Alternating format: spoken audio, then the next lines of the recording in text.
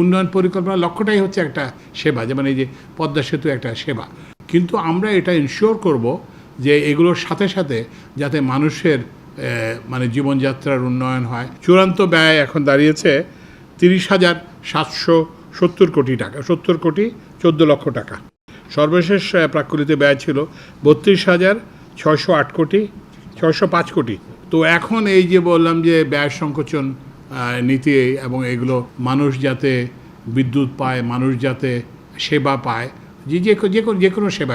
আগে এখানে পারাপারে মানুষের দীর্ঘ সময় লাগতো, তারপরে কষ্ট হতো, এখন এটার ফলে এটা অত্যন্ত অঞ্চলের অবহেলিত অঞ্চলগুলোর বরাদ্দ দিতে চাই। নদী শাসন মানে রিভার ট্রেনিং যেটাকে বলি, সেখানে 80 কোটি টাকা, ভূমি অধিগ্রহণে 103 কোটি টাকা।